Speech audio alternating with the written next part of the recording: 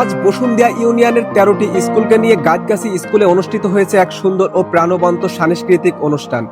এই আয়োজনকে আরো আনন্দময় ও স্মরণীয় করে তুলতে মোড়ল ফারুক ফাউন্ডেশনের পক্ষ থেকে শিক্ষক, শিক্ষার্থী ও অভিভাবকদের জন্য দুপুরের খাবারের বিশেষ ব্যবস্থা করা হয়েছে। এই পুরো বিষয়টির সবচেয়ে সুন্দর দিক হচ্ছে মোড়ল ফারুক শুধু সহযোগিতার ঘোষণা দিয়েই থেমে থাকেননি, তিনি নিজের বাড়িতে নিজস্ব ব্যবস্থাপনায় সকল রান্নার আয়োজন সম্পন্ন করেছেন।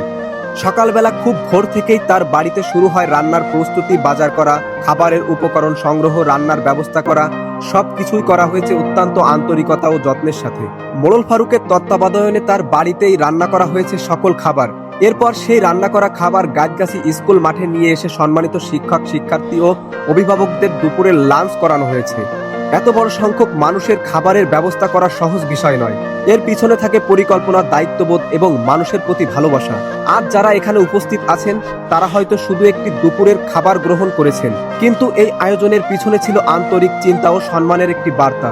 মোড়ল ফারুক সবসময় চেষ্টা করেন সমাজের মানুষকে একত্রিত করতে, শিক্ষার্থীদের উৎসাহ দিতে এবং ভালো কাজের মাধ্যমে মানুষের পাশে দাঁড়াতে।